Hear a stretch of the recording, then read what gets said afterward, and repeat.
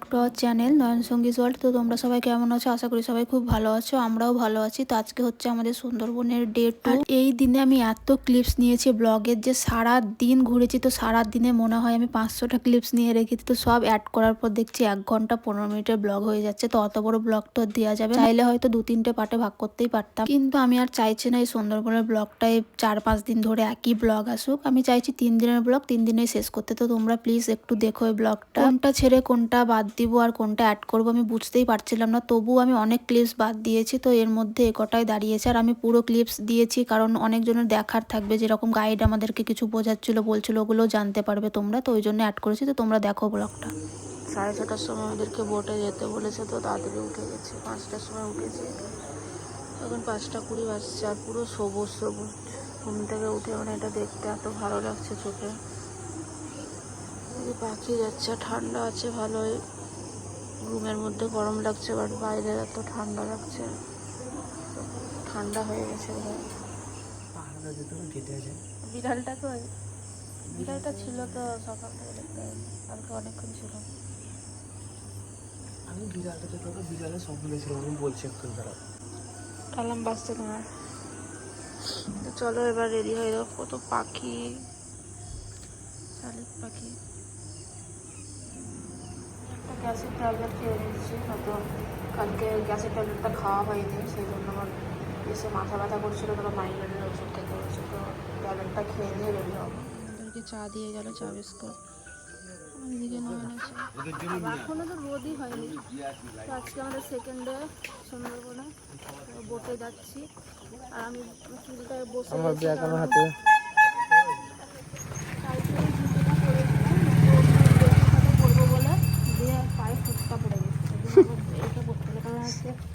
নামতে হবে। মা বনবেবীর মন্দির আছে ফেরিঘাটের সামনে।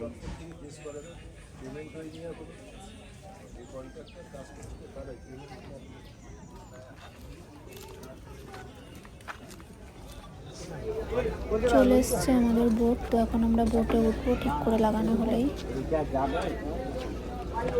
রূপাই তো ঢুকছে, পিছনে দেখো না, রূপা ঢুকছে। হ্যাঁ, তুইও ঢুকি দে, হোটেলে দে, ঠিক করে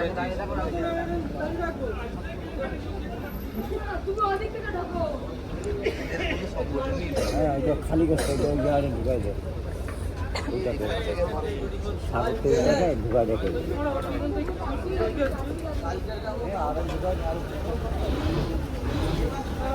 দেখে পুজো করে সামনে পুরো ভিডিও করে।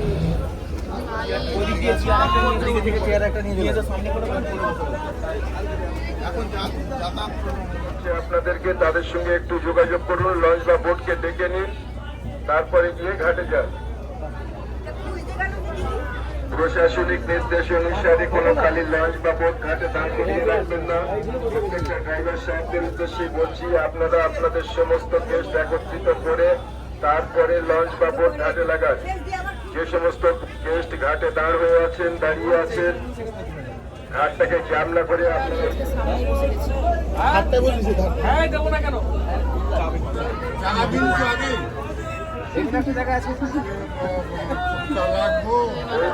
ছেড়ে দেবেন। আপনারা যদি বিরতি থাকেন তাড়াতাড়ি চলে আসুন, বোটে উঠে যান।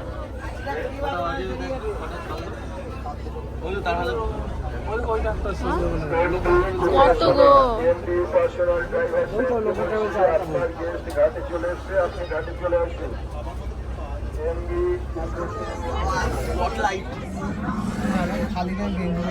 বাজে 7:20 আর রোদটা পড়ছে না, জলে একদম চিকচিক করছে, চকচক করছে।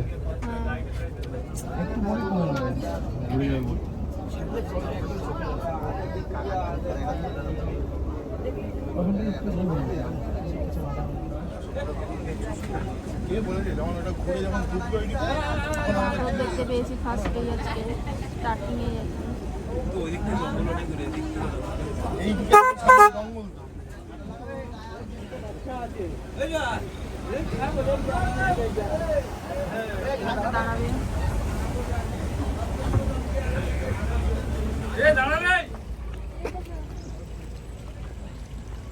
ফোন এমনিতে ধরতে হবে। বাচ্চা নিয়ে আছে, দাঁড়া তুলছে। ডেট করে না এতগুলো বসে থাকে রে।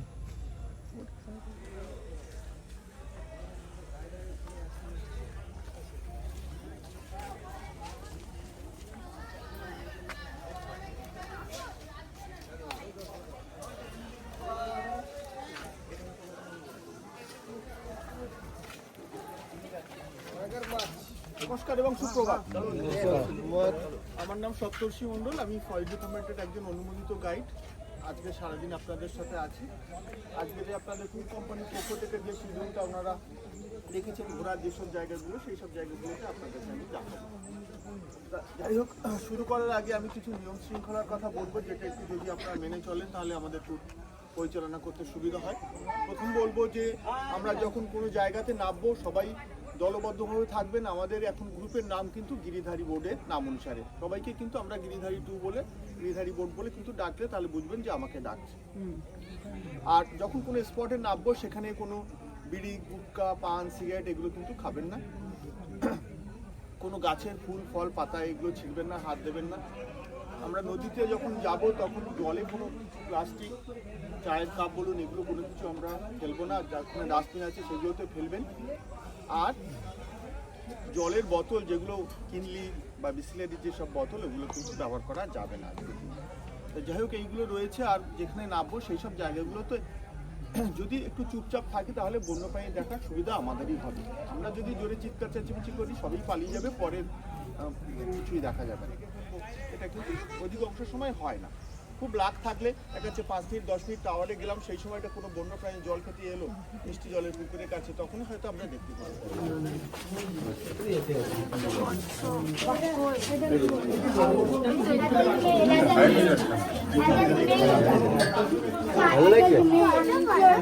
প্রজাতির মাল খায়, ঠিক আছে? এই প্রজাতির মাল খায়।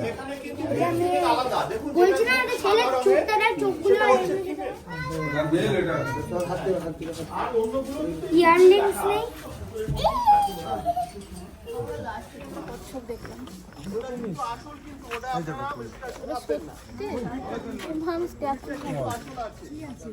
কুমির আছে এদিকে, কিন্তু সত্যি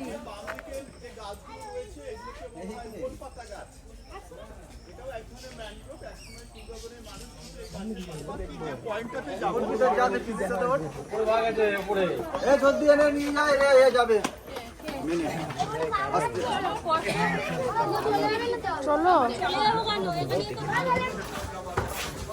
আরো উঠে যাবে। খাই তো কত দূর দূর দেখো একদম। ওই পাশে আবার নইটা দেখা যাচ্ছে, দিক দিয়ে এলাম।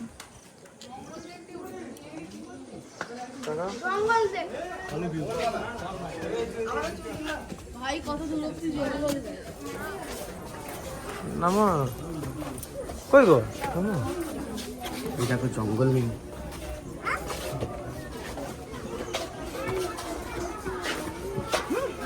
এখানে আর একটা আছে, ওই তো পেয়েছি দেখতে। হ্যাঁ বুঝতে পারছি। ওই গো ক্যামেরাতে দেখতে, ওই তো পেয়েছি।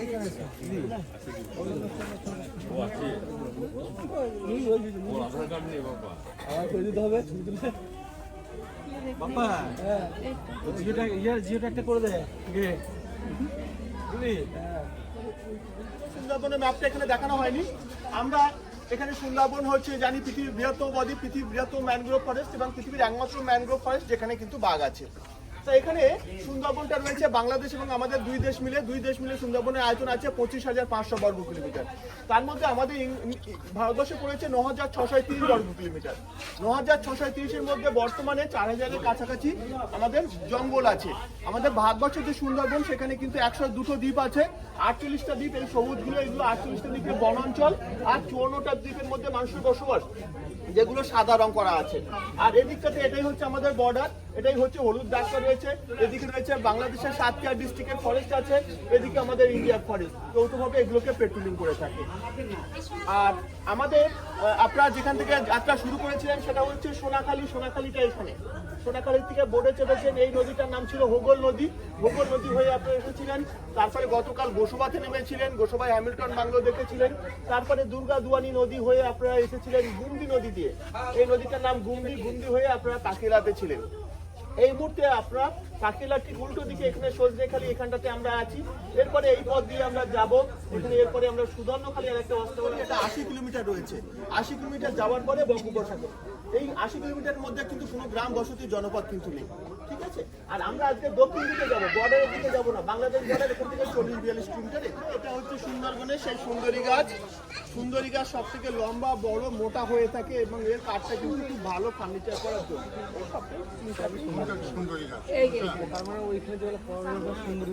আর এই কাটা কাটা বাইন গাছের হয়, গরান গাছের হয়, পশুর গাছের হয়, কেওড়া গাছের হয়। এগুলোর কিন্তু সব শ্বাসমূল কিন্তু এরকম দেখা যায়, তবে কিছু শ্বাসমূল খুব মোটা শক্ত হয়ে থাকে। তবে অনেকে ধারণা এগুলো থেকে বুঝি গাছ হবে, এগুলো কিন্তু গাছ নয়, গাছের শিকড়। এই গাছের শিকড়রা শ্বাসকার্যে সাহায্য করে থাকে।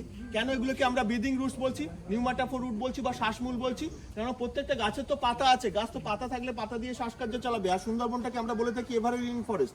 তো এভারগ্রিন তৃণভূমি অরণ্য হলে সারা বছর পাতা, তার দুটো কারণ আছে। প্রথম কারণ বলবো, জোয়ার ভাটাতে এখানে 5 থেকে 6 মিটার করে জল ওঠানামা করে। প্রজাপতির ডানার মতো দেখুন চ্যাপ্টা হয়ে আছে, প্রজাপতির ডানার মতো। বিকালের মধ্যে ঢুকে যাবো, বিকালের মধ্যে ঢুকে যাবো। একটা স্পট আমাদের দেখা হলো, কি ওই তো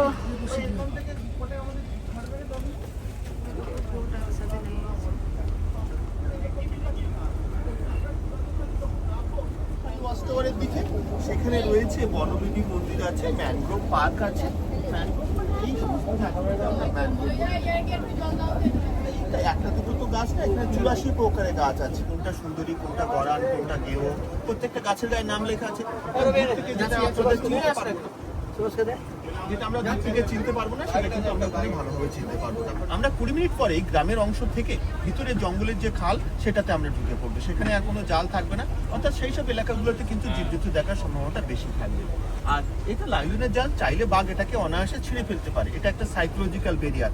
কিন্তু বাঘ মনে করে এই জালটাকে টপকাতে বা ছিঁড়তে পারে না। কিভাবে সাইকোলজিক্যাল ব্যারিয়ার কাজ করে? একটা হাতির বাচ্চা যখন ছোট থাকে, হাতির বাচ্চার পায়ে লোহার শিকল পরিয়ে রাখা হয়। বাচ্চা অবস্থায় হাতির বাচ্চাটা মনে করে আমি শিকলটাকে ছিঁড়ে ফেলতে পারবো, ও সবসময় সেটাকে চেষ্টা করতে থাকে।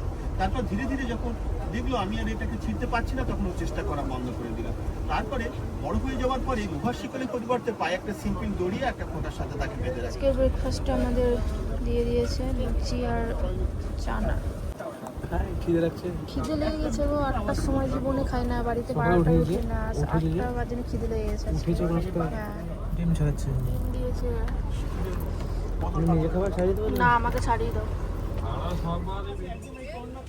এখানে দেখো একটা বাঘের পায়ের ছাপ আছে, ওটা তোমরা লক্ষ্য করলে দেখতে পাবে। ওখানে বাঘ এসেছিল কোনো সময়, সেটারই ছাপটা। তাহলে এখানে দেখা যাবে।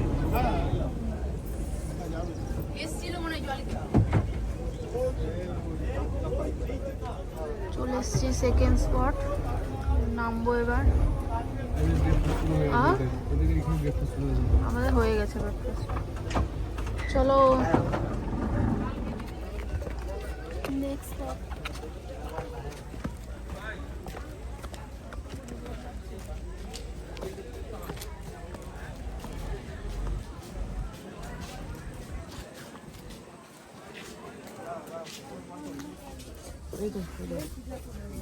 বাঘ দেবতা ও মা বনভূমি, সুন্দরবন ব্যাঘ্র প্রকল্প।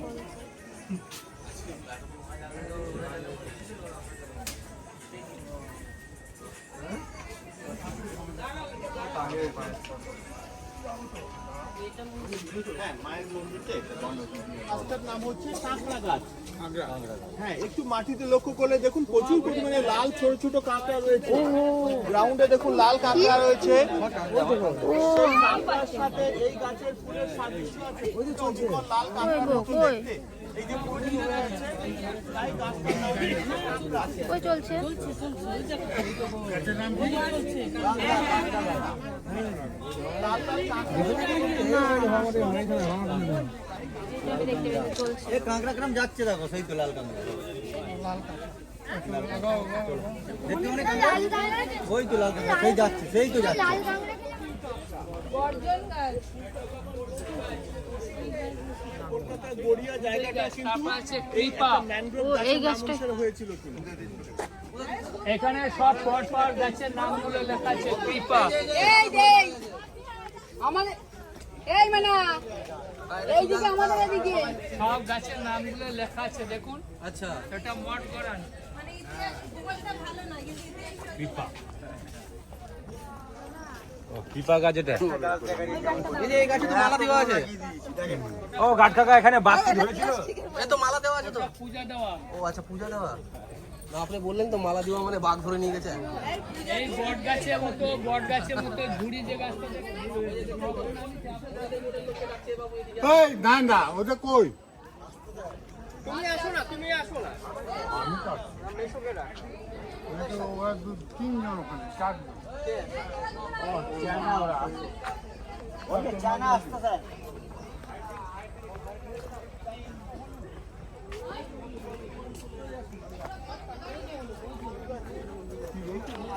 কাঁকড়াটা ছিল ঢুকে গেছে। নীলটাও ছিল।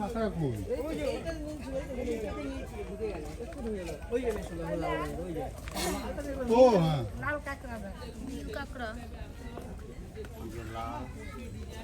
আমাদের দলের মধ্যে চলো ভাই।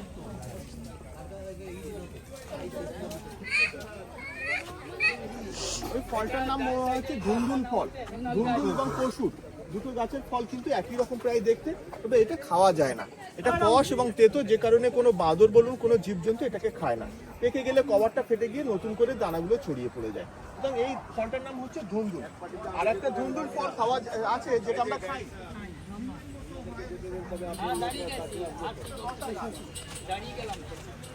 পৃথিবীতে কয়েকটা দামি মূল্যবান মধু আছে, তার মধ্যে আমাদের সুন্দরবনের বিখ্যাত মধু হচ্ছে খলসি ফুলের মধু।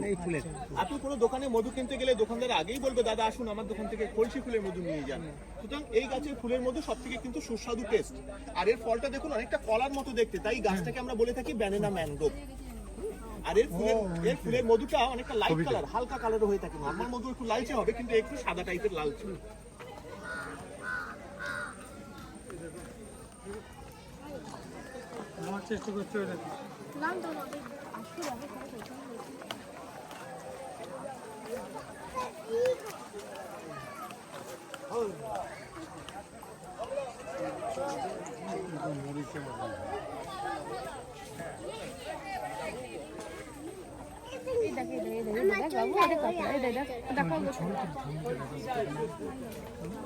কি একটা সাপের মতন পোকা যাচ্ছে। ওই দেখো দেখো মাছ ঢুকে গেল।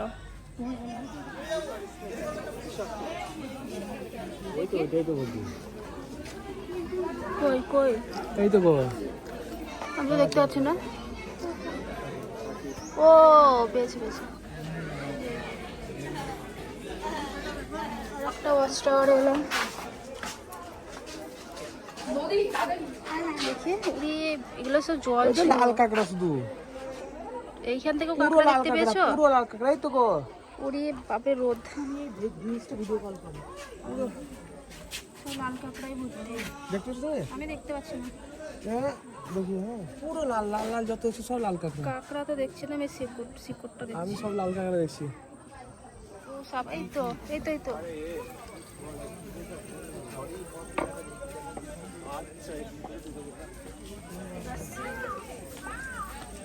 আরে ও বাবা, ও যেখানে সেখানে এর কোনো বৃষ্টি নেই।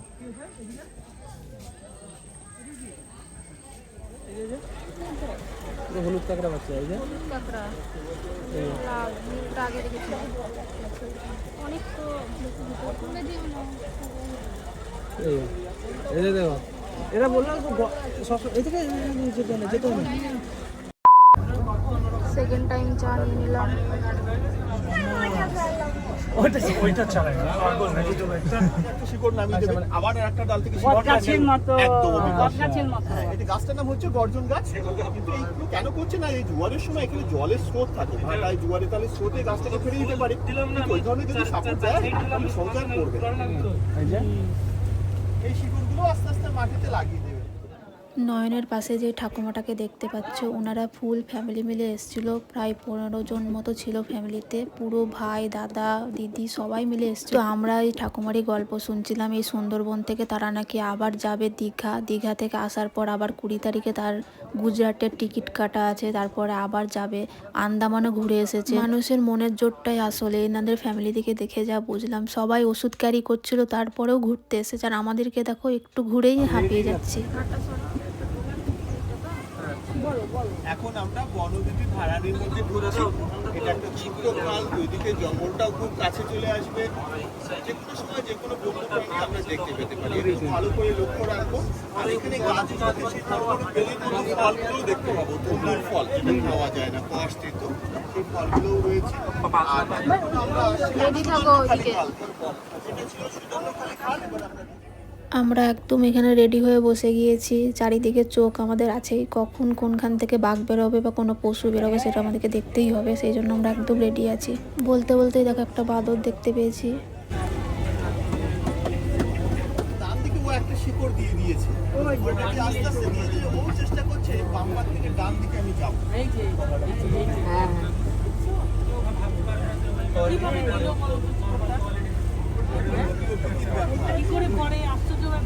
শিকড়গুলো অদ্ভুত না? হ্যাঁ,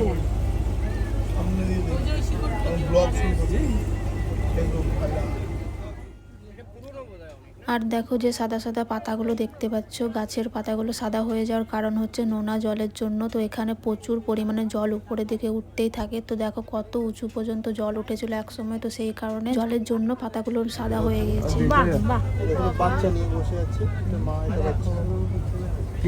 এখানে আরেকটা বাচ্চা এই যে ভিতরে। সবাই সঙ্গে সঙ্গে ছবি নিয়ে দূরে এমন ভাবে থাকবে আপনি বুঝতে পারবেন না, দেখুন কালার গুলো সব পুরো পাতার সাথে মিশে থাকবে একদম।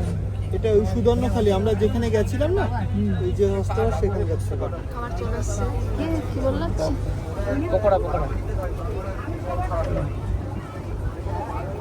নে তোরটা চিংড়ি। কারণ একসময় ওখানে পাখিদের আলায় ছিল। যেমনি সেখানে হাতি মারা, হাতি তো মারা নাই। চা চা খাও না তো, আর কি ব্যাপার? লাল চা খাই তো। এতবার চা বেশ ভালো টেস্টি। চা নাও, একবার খাওয়া হ্যাঁ, ঠিক আছে। ভিডিও করো, ভিডিও। ছোট ড্রাইভার। Video video. এদিকে যদি যাই সোজা তাহলে এটাই হচ্ছে বঙ্গোপসাগরের দিকটাই চলে গেছে, যেটা মাতলা নদী। সোজা মাতলা এখান থেকে ডাইরেক্ট সাগরের দিকে চলে গেছে। এখান থেকে আরো প্রায় 40 কিলোমিটারের মতো যেতে হবে, তবেই প্রকৃত বঙ্গোপসাগর কিন্তু আসবে। একদম সামনে রয়েছে মাতলা। তারপর এই দ্বীপের দেখুন ডান দিকে আরেকটা নদী ঢুকে গেছে, ওদিকে ওটা রয়েছে হেরোভাঙা। এই যে ঘুরে ওইদিকে চলে গেছে কর্নারে, ওখানে রয়েছে হেরোভাঙা নদী, এদিকে রয়েছে বিদ্যা নদী, পিছন দিকে রয়েছে গুমদি নদী। আর আমরা এলাম গাজীখালি, গুমদি, বিদ্যা, হিরোভাঙা আর মাছলা, পাঁচটা বড় বড় নদী এখানে মিশেছে, তাই জায়গাটাকে বলা হচ্ছে পঞ্চমুখানি। আমরা এবার বাম দিকে এই ছোট খাল দিয়ে আমরা দোবাকি অস্তবাড়ির দিকে যাচ্ছি। আর এখান থেকে 15 মিনিট লাগবে সময় দোবাকি অস্তবাড়ি পৌঁছাচ্ছে। ওখানে নেমে আমাদের যাওয়া আসা মিলে প্রায় 1 কিলোমিটারের মতো রাস্তা। হ্যাঁ, এটাকে স্যাটেলাইট হরিণের বাচ্চা। ওই থেকে জঙ্গলে জঙ্গলে চলে গেছে। তো যিনি আমাদের গাইড ছিলেন উনি বলছিলেন এই ঘাসগুলো দেখতে পাচ্ছেন, এগুলো হচ্ছে হরিণের খুব প্রিয় ঘাস। তো এখানে লক্ষ্য রাখবেন, মানে হরিণ যে কোনো সময় আসতে পারে। তো বলতে বলতেই দেখলাম 2টো হরিণ ওখানেই ঘাস খাচ্ছিল। তো তোমরাও দেখে নাও।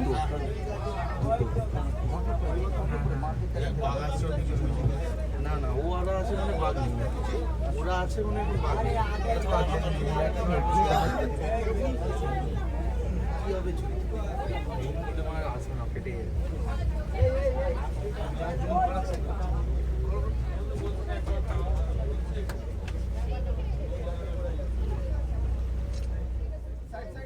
আর এসব জিনিস খালি চোখে দেখার মজা শুধু প্রকৃতিপ্রেমীরাই বুঝবে, যারা এসব জিনিস পছন্দ করে, গাছপালা, পশু পাখি, তো তাদের এগুলো দেখে মানে ওখান থেকে আসতেই মন হবে না, যেমন আমার হচ্ছিল। তো ক্যামেরায় তো সেরকম বোঝাতে পারছি না, খালি চোখে আরও ভালো লাগছিল হরিণগুলো দেখতে, গাছগুলো দেখতে। তো ওখানেই মনে হচ্ছিল অনেকক্ষণ দাঁড়িয়ে থাকি, কিন্তু বোটটা আমাদের চলছিলই। আর এই কালারের যে বোটটা দেখছো, এই বোটটা হচ্ছে যারা ফটোগ্রাফার তারা এই বোটটা ভাড়া করে, মানে এই বোটটা তাদের জন্য। তা ওনারা এখানে ফটো তুলছিল দেখতেই পেলে। আর এই বকগুলো দেখেছিলাম। তো এখানে প্রচুর পাখিগুলো দেখছিলাম, কিন্তু সব ক্লিপস তো আর অ্যাড করা যাবে না। আমি নিয়েছিলাম অনেক ক্লিপস, কিন্তু কিছু কিছু বাদ দিয়েছে। আর এগুলো দেখো শঙ্খ না ঝিনুক টাইপের পড়েছিল, সেগুলো সব জীবন্ত ছিল। তো দেখতে দেখতেই আমাদের থার্ড স্পটে চলে এসেছে। আজকে আমাদের 3টে স্পটই দেখাবার কথা আছে, তো চলে এসেছি লাস্ট স্পট।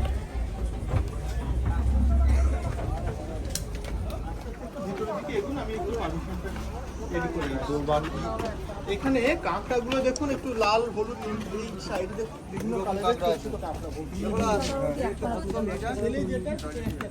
ঠিক হলো না? মোটা একটা 1 টাকা দেবে, একটা পা যার বড় সেটা কিছু ছেলে, আর যার দুটো পা ছোট। এই যে চোকুর টাইপের, এই এটা চোকুর টাইপের কাঁকড়া, এই দেখো কাঁকড়া, ছোট ছোট কাঁকড়া, খুব অনেক টাইপের। হ্যাঁ, 2-3 রকমের আছে, 3 রকম 4 রকমের দেখলাম। চলো আমি 4 রকম দেখলাম।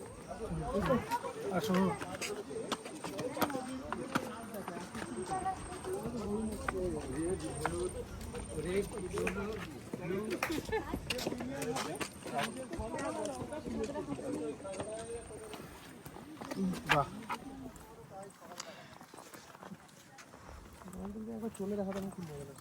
কি পুরো সব হরিণের দল গেছে, হরিণের পা সব এইদিকে, সব হরিণ টরিণ যায়। যখন ঢোকে এখানে বলছি না, দলে দলে সব গাছের নিচতলাতে একদম। যদি এত কাছে থেকে দেখা যেত। আপনি মানে আছে মাঝে মাঝে একটা হরিণ আছে এখানে যে একদম পুরো ফেন্সিংয়ের কাছে আসে, পুলিশে পাতা খাওয়ায় তাকে।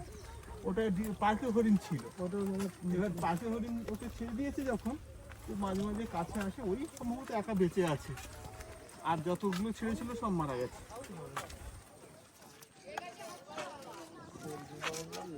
লম্বু কোথায় উঠেছে?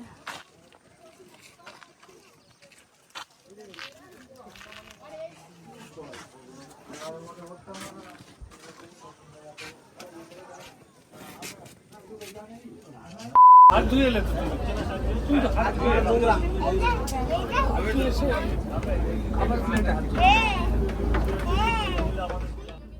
তারপর বসে গেলাম আমরা লাঞ্চ করতে। আর লাঞ্চ করতে আজকে আমরা বসেছিলাম ওই দাদাটার ওয়াইফ ছিল, আর ওই যে বাচ্চাটাকে দেখলে ওদের সাথে বসেছিলাম, ওই দাদাটা ছিল আর্মি। তো যাই হোক, ওদের সাথে বসে গিয়েছি। তো প্রথমে ভাত আর আলু ভাজা দিয়ে দিল, তারপরে দিয়ে দিল ডাল। আজকের ডালটা মনে হয় প্লেন ছিল, আর তারপরে এটা দিয়েছিল চিংড়ির সাথে পটল দিয়ে কিছু একটা তরকারি ছিল। আর এই মাছটার নাম আমার ঠিক মনে নাই। তারপরে এই মাছটা দিয়েছিল পাবদা মাছ, আর তারপরে তো চাটনি পাঁপড় ছিল লাস্টে।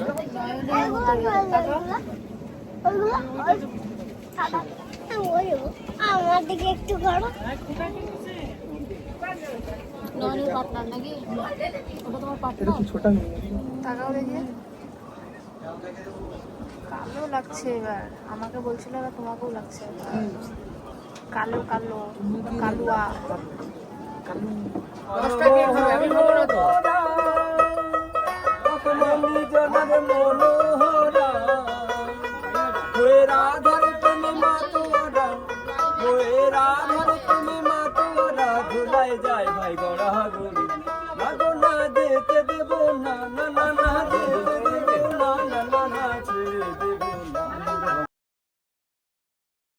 এখন সন্ধ্যা স্ন্যাক্স চলে এসছে, এটা চিকেন পকোড়া হবে। আজকে যেতে হয়নি খেতে, রুমেই দিয়ে গেল। আর দিয়েছে চা। পকোড়া খেয়ে এখন আমরা আবার ব্যালকনিতে বসে আছি। রুমে এত গরম থাকা যায় না।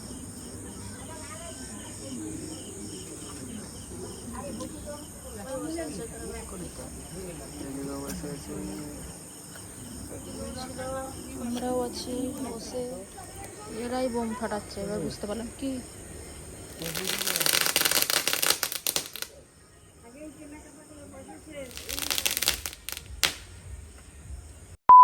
বাইরে যাওয়ার জন্য রেডি হলাম। এই ড্রেসটাই পরলাম কারণ আমাকে বলেছিল 3 দিনের মানে আড়াই দিনের ব্যাপার এটা, তো আমি আর ড্রেস আনিনি। আর যেটা এনেছি কালকে ওটা ওই দিক থেকে ঘুরে চলে যাব, তো আমাকে আবার এটাই পরতে হলো। এটাই বললাম, সামনেই মার্কেটে যাব।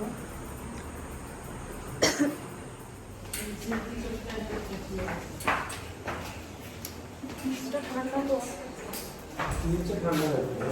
পুরি গরম।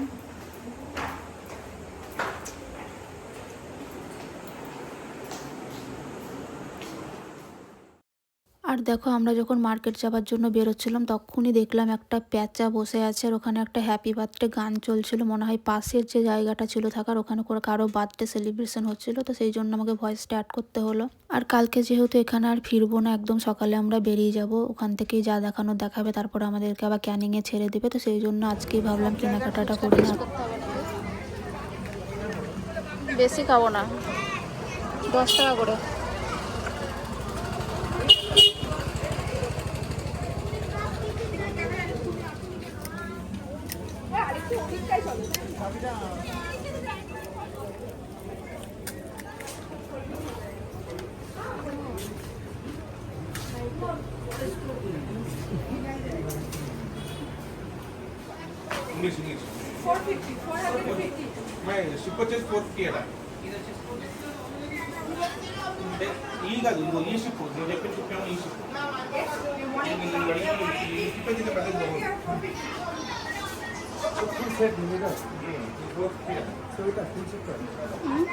হ্যাঁ হ্যাঁ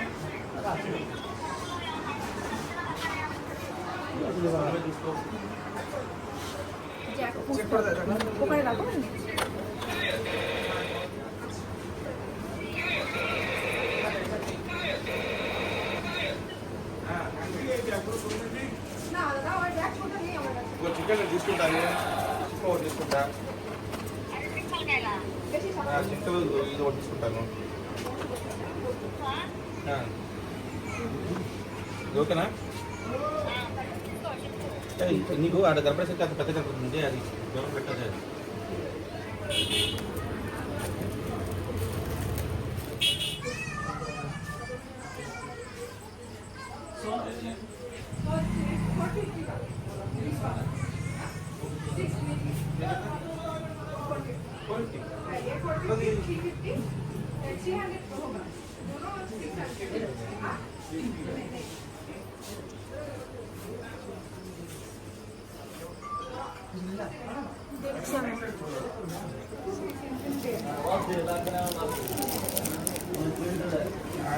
দাম জিজ্ঞেস করো, এগুলো দাম জিজ্ঞেস করো।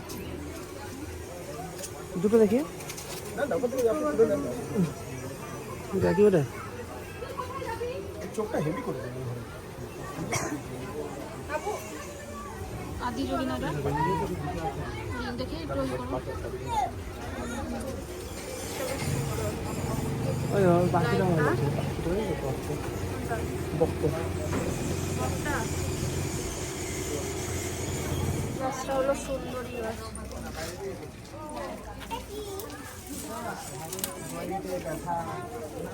আমি সব জায়গাতেই দেখছি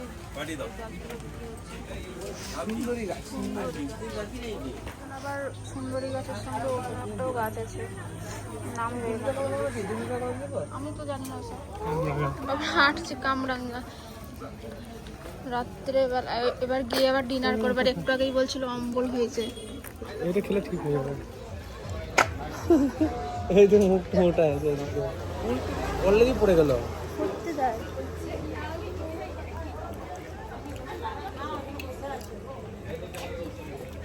বললাম নাকি? তো আমাদের যা যা কেনার ছিল কিনে নিয়েছে। এখানে প্রচুর দাম, মানে বুঝতেই পারছো ঘুরতে আসছে বলে কিনবে। এই যে সব কিনেছি। 8:30 বেজে গেল এখন, তাও তো ওইদিকে যাই না। গান বন্ধ করো। তো মার্কেট থেকে ফিরেই আমরা একদম ডিনার করতে চলে এসেছি। আর আজকে ডিনারে মেনু ছিল ফ্রাইড রাইস আর চিকেন কষা।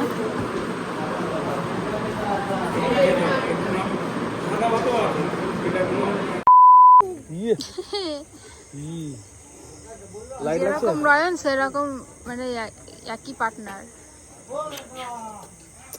কি খেলা? গাছগুলোতে পুরো শিশির পড়ে গেছে, শিশির পড়েছে গাছে। ওই পলিথিনটা দেখে ভালো বোঝা যাচ্ছে। তোমরা ডিনার করে আমরা পাইচারি করছি। কি দেখছো? খাবারটা ওনার গলা দিয়ে উঠে চলে আসছে, এত মানে তাড়াতাড়ি খাওয়া হয়ে যাচ্ছে। বাড়িতে এত তাড়াতাড়ি আমরা খাই না। খাওয়াটা এর থেকে আগে খাওয়া উচিত। তো সেটা অভ্যাস হতে হয় প্রথম থেকে। আমি খাই তো। আগের দিন আমি ওটা মন্দির বলেছিলাম, কিন্তু এটা একটা মানে ওটার এটার উপরে মতোই বোধহয় লজ। ওটা মন্দির আছে মন্দির নাকি? আছে, কিন্তু ওটা লজ লজ না, মানে এরকম টাইপেরই আছে। সুন্দরবন থেকে আমরা এই ব্যাগটা কিনেছিলাম, মানে নয়ন কিনে এনেছিল আগের দিন জল ভরে, যেটা কাজে লাগছে এখন। আর কিনেছি এগুলো আর বার করা যাবে না, তাহলে আর ধরতে পারবো না। এই হরিণ আর কি পাখি নিয়েছে নয়ন। এই যে এই পাখিটা ভালো করে দেখিয়ে দিয়ে, এই যে এই পাখিটা, এই পাখিগুলো নিয়েছে দুটো করে। আর এর মধ্যে আছে হরিণ আর এই পার্সগুলো। আর দেখাই দুটো ফ্রিজ ম্যাগনেট, এখানে সুন্দরবন লেখা আছে। এই প্যাকেটের মধ্যে নৌকার মতো কিছু আছে, যেটা এই কাঠের জিনিসের মতো নৌকা আছে, তো এটা একদম প্যাক করে দিয়েছে। এটা খুলছি না, তাহলে ট্রেনে যেতে সুবিধা হবে, খুললে আর প্যাক করতে পারবো না। আমার সব থেকে এই দুটো ভালো লাগছে, খুব ভালো লাগছে এগুলো। এইগুলোই কিনেছি। এই ব্যাগে করে নিচ্ছি সব যেগুলো কিনেছি সেগুলো। সুন্দরবনের ব্যাগটাতেই লাগেজ আর এই ব্যাগটাও রেডি হয়ে গেছে। আর শুধু থাকলো এই মেকআপ ব্যাগটা, আর এগুলো যেগুলো সকালে পরবো সেগুলো থাকলো, সেগুলো সকালে পরে নেবো।